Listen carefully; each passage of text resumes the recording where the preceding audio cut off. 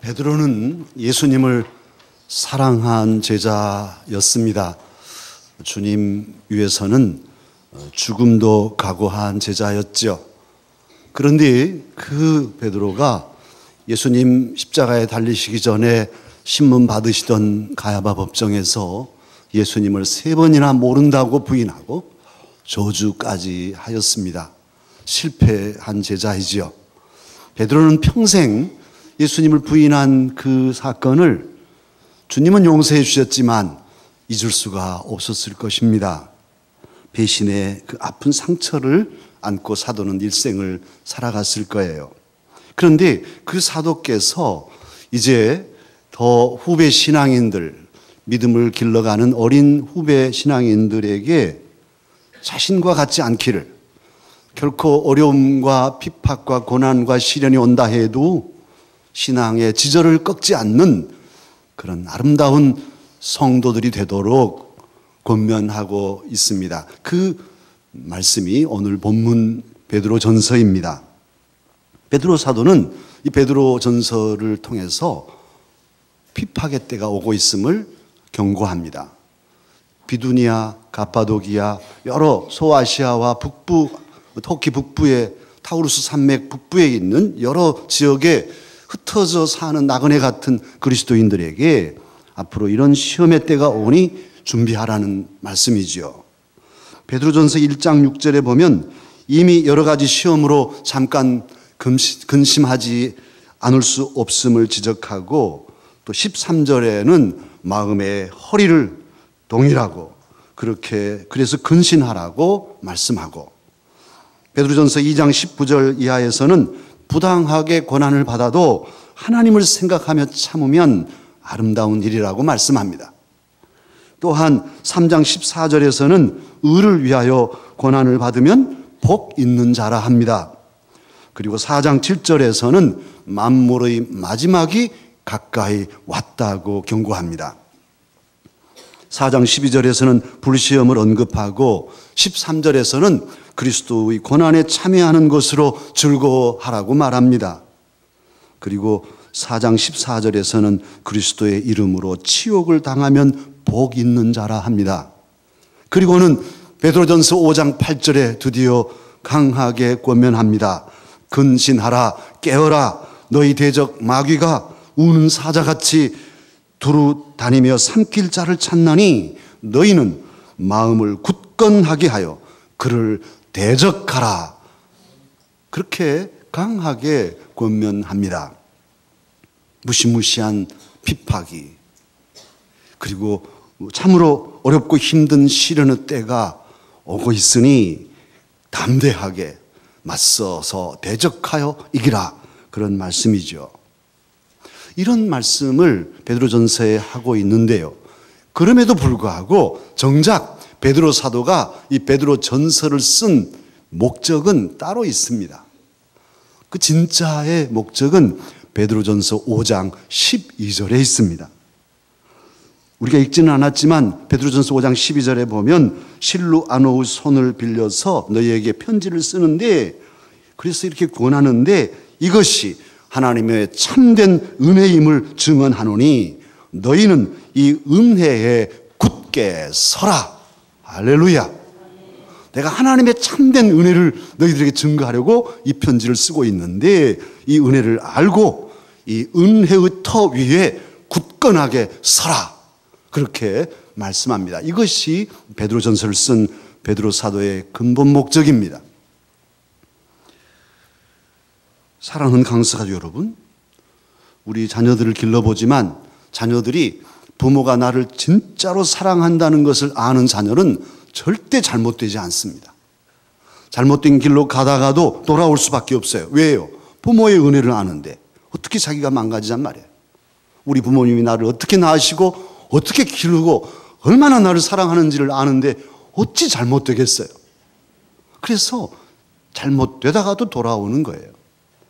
마찬가지입니다. 하나님을 믿는 성도들로서 주님의 은혜를 깊이 아는 자는 절대 잘못될 수가 없어요. 그리고 어떤 시련과 역경이 와도 하나님의 은혜를 아는 자는 이길 수 있습니다.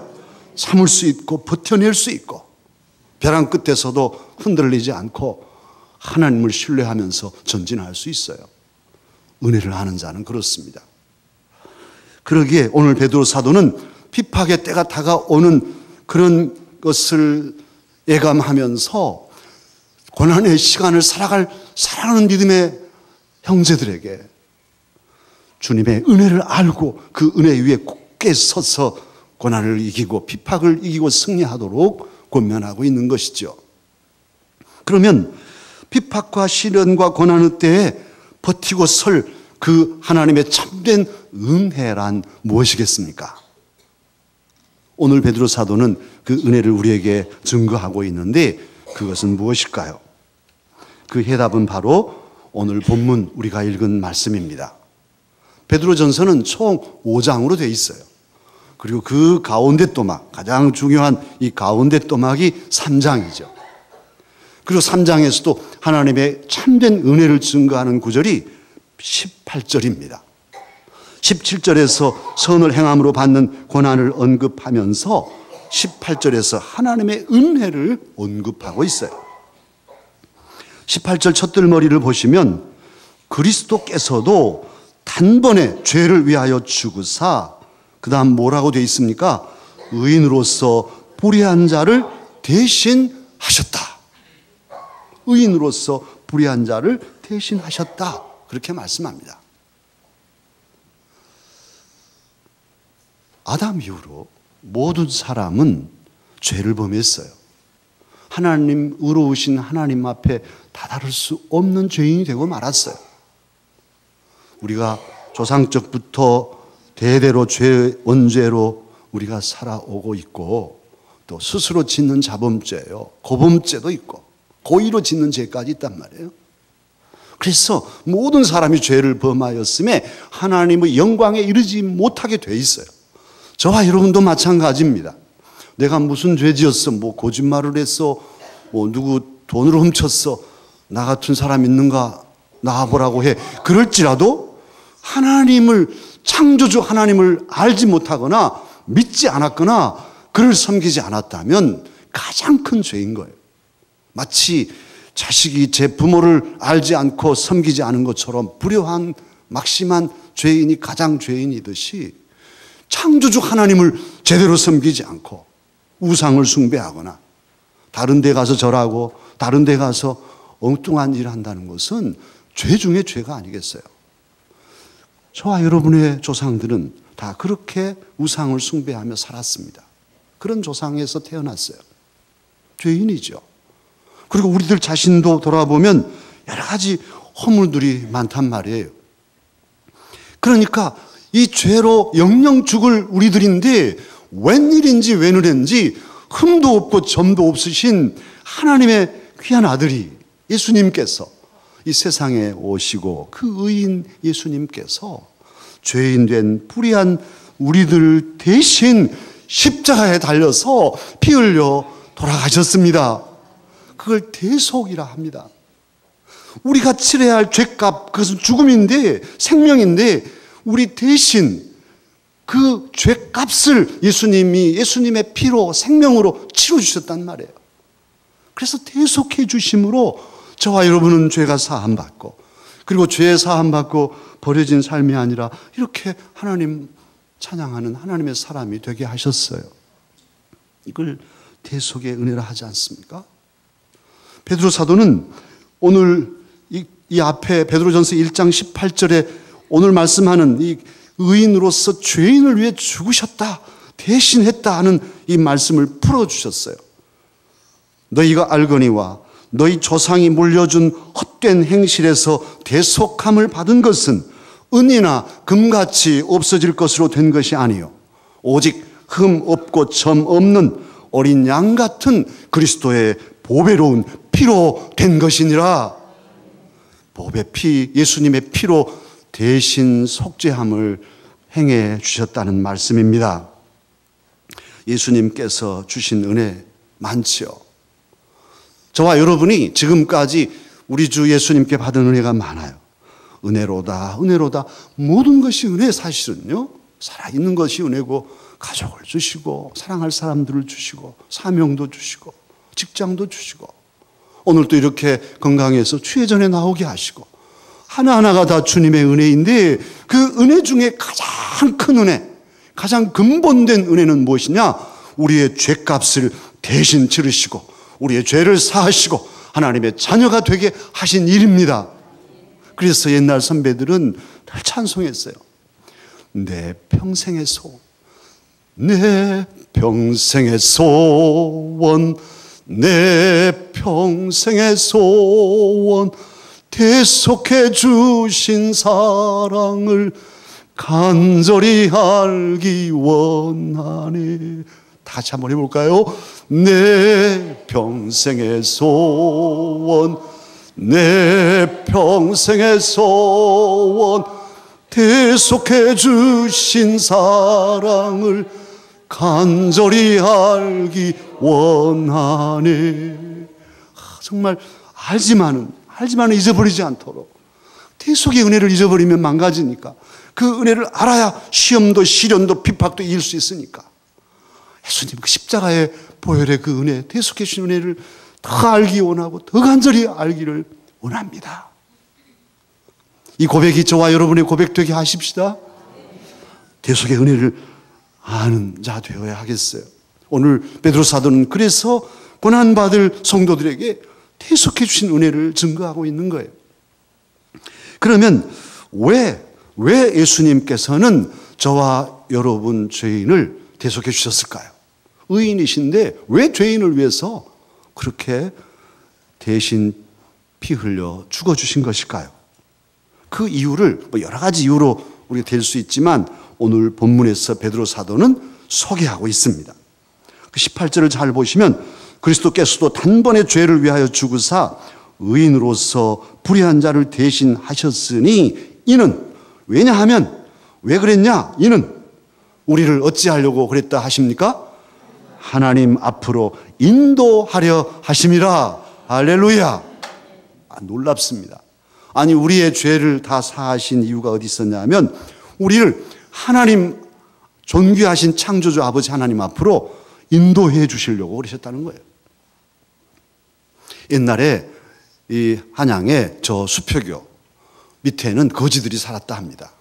수표교 아래 거지들이 있는데 예를 들면 어느 날 상감마마가 행차하시다가 딱 보니까 거지 한 아이가 너무 불쌍한 거예요. 그래서 그냥 아무 조건 없이 저 아이를 내일 왕궁으로 데려와서 내 양자로 삼겠다. 그럴 일이 없었지만 그랬다고 해봐요. 그랬다면 그 아이는 어떻게 했어요? 아니 갑자기 대신들이 오더니 목욕을 시키고 옷을 입히고 그리고는 이제 상감마마 용상에 앉아 계신데 그리 이끌고 갑니다. 인도합니다. 아, 이 거지가 말이죠. 하루아침에 왕자가 돼가지고 상감마마를 아바마 말이 되겠어요? 아바바바 뭐뭐 말도 안 될 거예요. 벌벌 떨려가지고. 너무너무 감사하고 감격해서 어떻게 내가 상감마마를 아버지로 모시고 살 수 있겠어요? 나는 거지였는데. 괜찮아. 너는 내 아들이라. 이리 오라. 그래서 아버지 왕인 앞에 임금 앞에 이끌어 간다면 그 아이는 정말로 감격하고 감사할 거예요. 평생 잊지 못할 거 아니에요? 그 은혜를. 그런데 바로 그보다 더 저와 여러분은 1000배나 10,000배나 더 천지를 지으신 창조주 여호와 하나님이 우리의 아버지가 되시고 너희는 내 아들이요 딸이라 하시고 오라. 그래서 예수님께서 우리의 죄를 다 사하시고 이제 우리를 이끌고 아버지 하나님 앞에 이끌고 가신단 말이에요. 할렐루야. 이것은 너무너무 놀라운 은혜인 것입니다. 엄청난 은혜인 거예요. 예수님은 저와 여러분을 대속해 주신 것은 의인으로서 죄인인 우리를 위해 죽으신 것은 하나님 아버지 앞에 나아가서 하나님의 자녀가 되고 그 하나님과 교제하고 하나님 아버지 우리의 속갯말을 내놓고 고하게 하시고 우리의 또 삶에 필요한 것들을 간구하게 하시고 하나님의 도우심으로 늘 기쁘게 살도록 행복한 하나님의 자녀 되려고 우리를 위해 죽으셨단 말씀입니다. 또한 예수님께서 왜 대속해 주셨는가? 오늘 21절을 말씀을 잘 살피면 물로 세례를 받고 구원의 표를 지니고 살게 하시려고 주님이 대속해 주셨음을 알 수 있습니다. 세례가 무엇입니까? 이제 4월 20일 부활절에 우리 교회 또 세례를 받을 터인데, 세례는 무엇입니까? 이것은 죄 사함을 받고 구원받은 표입니다. 딱 이렇게 외적으로 나는 세례교인이야 하고 보여줄 수 있는 많은 성도들 앞에서 저분은 2014년 4월 20일 부활절에 세례받은 세례교인이야, 이렇게 외적으로 드러나는 증표예요. 하나님의 자녀가 된 표식이기도 합니다. 증명서, 자격증.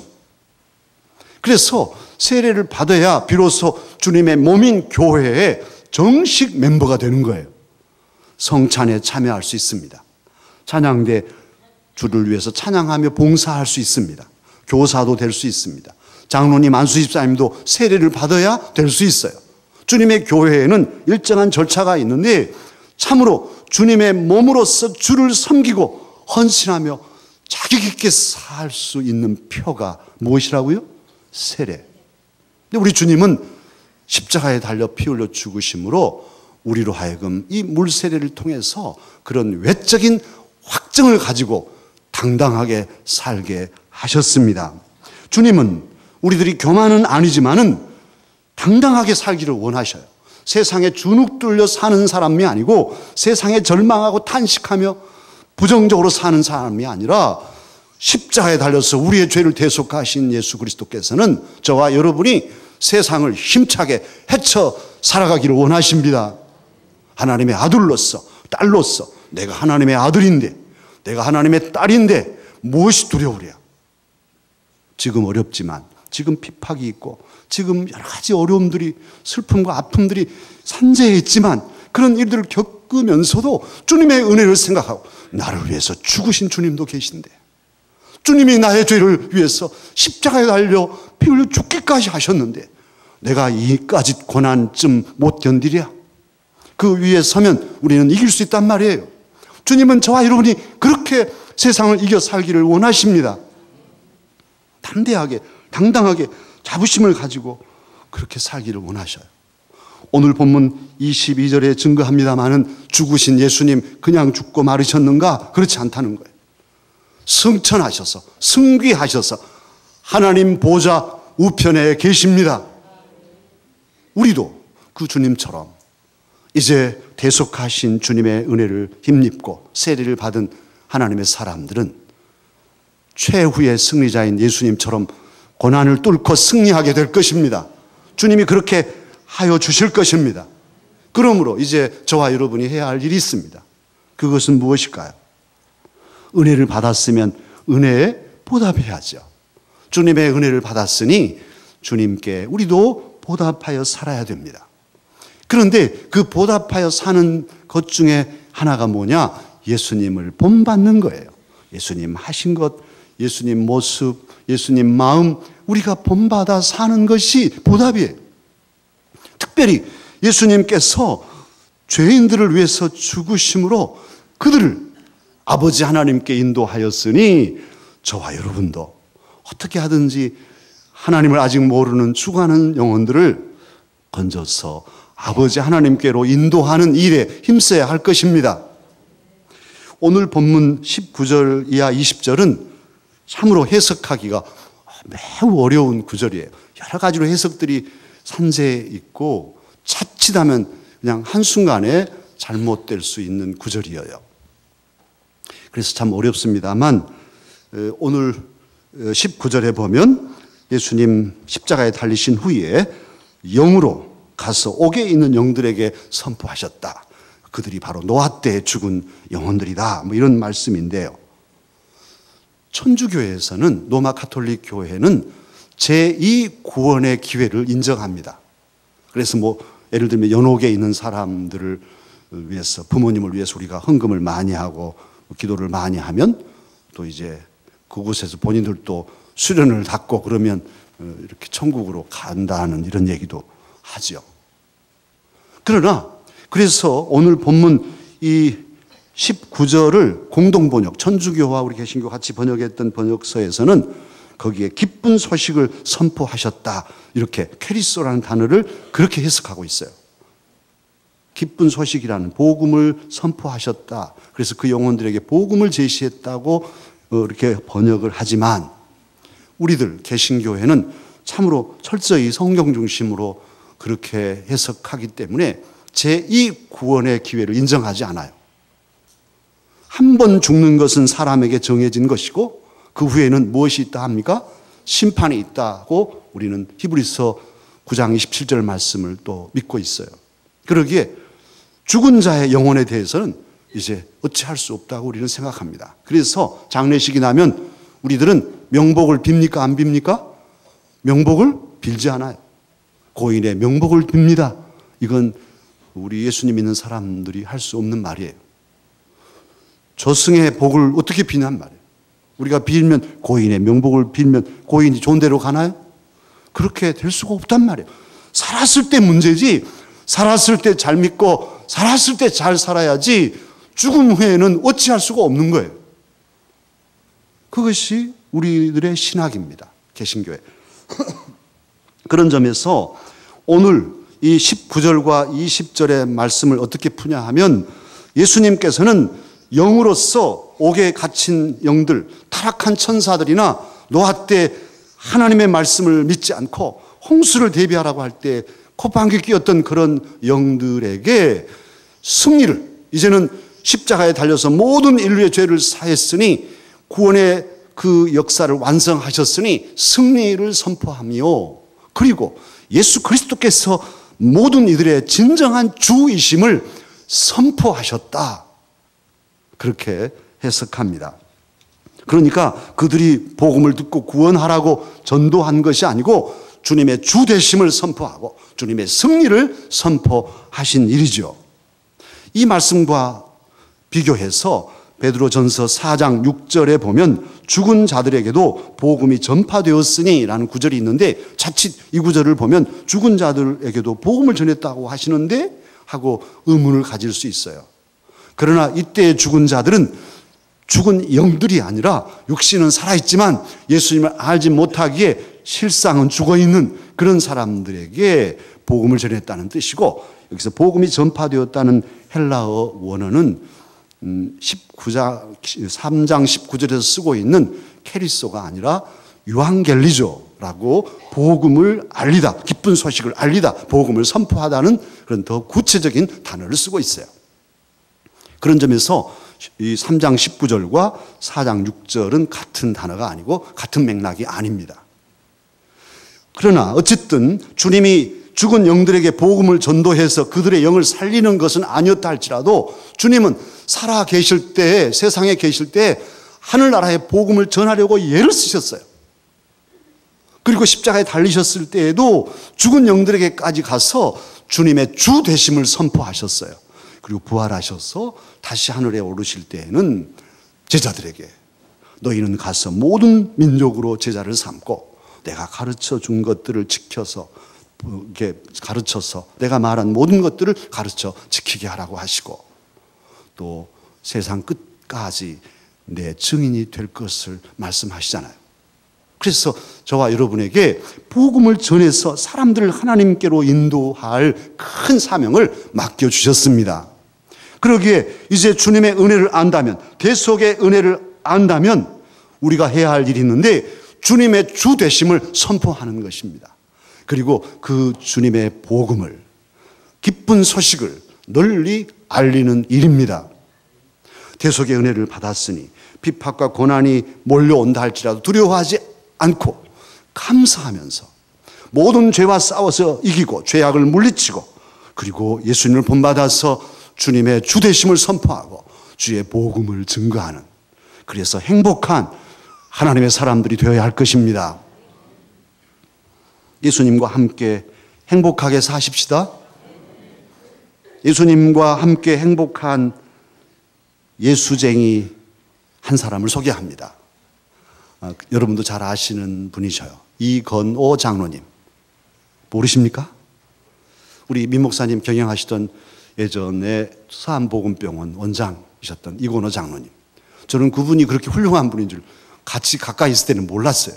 그분도 또 목사님, 미 목사님이랑 저를 많이 사랑해 주셨는데, 이건호 장로님은 한국의 슈바이처라고 하는 장기려 박사의 마지막 제자고, 그리고 한국 의사들 통해서 선교, 의료 선교의 그 개척자라고 할 수 있어요.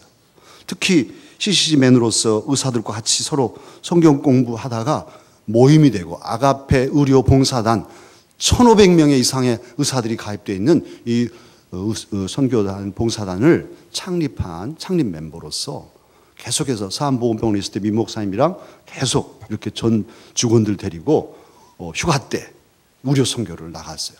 여러분, 의사들이 그렇게 힘들고 어려운데 또 휴가도 없이 또 가서 봉사한다. 이 얼마나 힘든 일이에요. 그런데 그게 기쁜 거예요. 육신은 피곤해도 정말 보람되고 감격하고 그런 일들을 해오신 분인데요. 이건호 장로님은 언제 예수님을 믿었냐 하면 고등학교 1학년 때 마을 친구들이 가자고 해서 떠밀려서 마을에 세워진 교회에 갔답니다. 교인은 20명쯤 되는데 전도사님이 계신 교회에 그 전도사님이 얼마나 열심히든지 그 교회 가서 용서와 영접과 친절을 배웠답니다.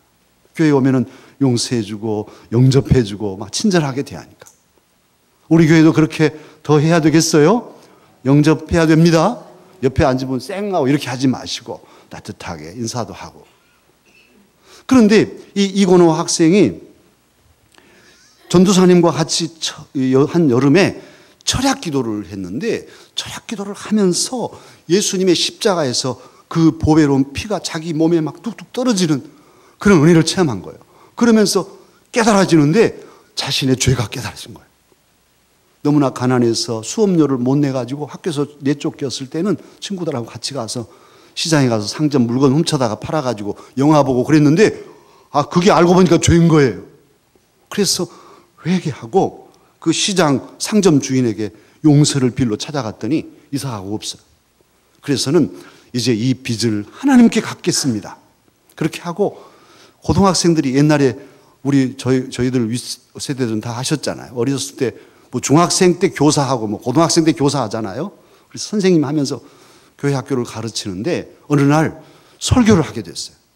그 설교를 어떻게 준비해요? 이제 아동 설교집 가서 봐가지고 한 권 하나 택해가지고 설교를 하는데 그 설교 내용 중에 무이천 마을에 가서 의료 선교하면서 전도하는 의사 이야기가 나왔어요. 그 이야기를 하는 순간 마음속에서 누가 이 의사 같이 될 것인가 하는 질문이 무너짐과 함께 가슴이 뜨거워지면서 제가 하겠습니다. 설교하면서 결단한 거예요. 그래서 시골 고3 때 그렇게 했는데 시골에서 꿈도 없이 소망도 없이 묻혀 살던 이 소년이 이제는 예수님을 알게 되니까 의사가 되는 비전을 품게 되고, 그리고 김중건 목사님 만나면서 민족을 품고 세계를 품는 비전이 커져버린 거예요. 그래서 서암보건병원에 계실 때도 그렇게 열심히 선교하는 데 힘쓰시고 지금도 이렇게 역사하고 있습니다. 그런데 그분이 그렇게 말씀하셨어요. 사실은 예수님을 믿는다는 것은, 그리고 예수님을 닮아서 한다는 것은 쉽지 않잖아요. 내 것을 덜어내야 되고 때로는 휴가도 반납해야 되고 십자가를 져야 되니까 쉽지 않은데, 그런데 이 장로님 하는 말씀이 예수님의 사랑에 붙들려서 사랑에 이끌려서 사니까 나는 행복하다고, 사랑의 은혜에 이끌려서 사니까 행복하다고. 그러면서 그분의 말을 제가 인용할게요. 이렇게 썼습니다. 나는 예수님을 만나고 나의 구주로 영접한 이후에 하나님의 선하심에 이끌려 살려고 노력했다. 그러니 인생 70년을 내가 살아온 것 같아도 내가 산 것이 아니요 하나님의 계획하심에 따라 이끌려 산 것이다. 하나님과 동행하며 걸어온 그 시간이, 신실하신 하나님의 퍼즐 조각의 의미를 깨우쳐가는 그 과정이 나는 정말 행복했다. 어떻습니까? 우리 인생을 살고서 70, 80이 됐을 때 지금까지 살아온 게 나는 하나님의 은혜고, 수수께끼처럼 엉클어져 있는 이 퍼즐 조각을 하나하나 맞추고, 그때는 아픔이요 슬픔이요 정말 막막한 절망이었는데 지나고 보니까 이게 은혜였구나. 다 이게 맞춰지면서 그래요, 하나님, 나는 정말 행복합니다. 이렇게 고백하는 사람 되십시다. 얼마나 행복하겠어요. 인생의 노년의 모든 걸 다 바라보면서 나는 정말 하나님 은혜 안에서 행복하구나. 이 고백을 할 수 있다면 그는 정말 복된 삶을 산 사람일 거예요. 사랑하는 강스가족 여러분, 하나님의 은혜, 참으로 귀한 참된 은혜, 대속의 은혜를 우리가 깊이 알고 그 은혜 위에 굳게 서서 늘 감사하며, 그리고 또한 하나님 복음을 증거해서 주 되심을 선포해서 많은 사람들을 주 앞으로 인도하며 살다가 우리의 인생 마무리할 때 나는 정말 행복했노라고 고백하는 우리 강스가족 되십시다. 기도하겠습니다.